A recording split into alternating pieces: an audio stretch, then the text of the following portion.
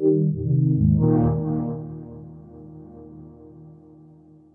for those who aren't history majors, can you talk about a little bit why how guns work in this era, and why it's not just easy just shooting the assassin on sight?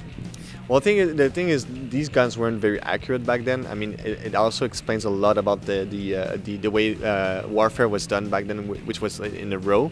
Obviously, it's not something we see as much in the city of Paris because it's very dense, it's very urban. But it's something we saw, for instance, in AC3, where it actually led to change the way we do gameplay, where you actually you get out the snitch, which was the drummer, because everything was made around the fact that if you're 10 people shooting in front of the enemies, it's very efficient because you're making them fear your attack, but actually 1-to-1 wasn't very efficient, and there's a high chance that you're gonna get blinded by your own shot.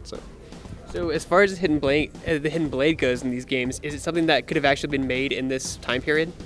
Well, I think there's a lot of liberty in the hidden blade. A lot of moving parts.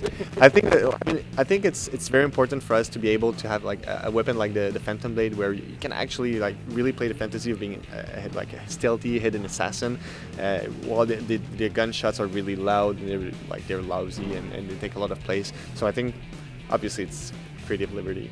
So essentially, there's no way in that time period they could have made something that complex to fit on your wrist.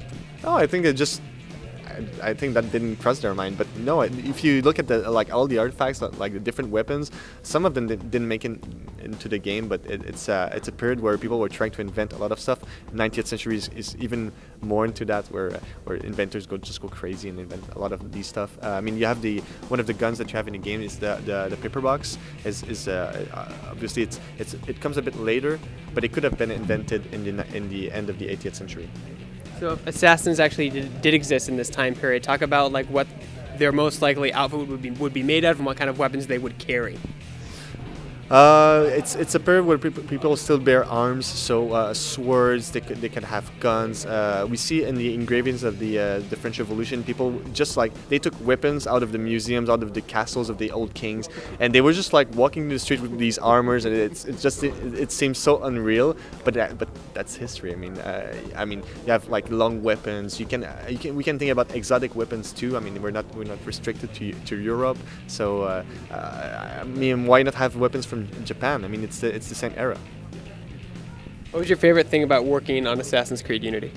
It's the possibility to create this huge and vivid city. It's the scope of it. It's the fact that when you walk into the street of Paris, you feel like it's very real. It doesn't feel like any Hollywood set, empty with just nice buildings. It's very rich. If you just walk around, you're not doing any mission. You're just looking at what's around you. I think you really feel like you're in the 18th century.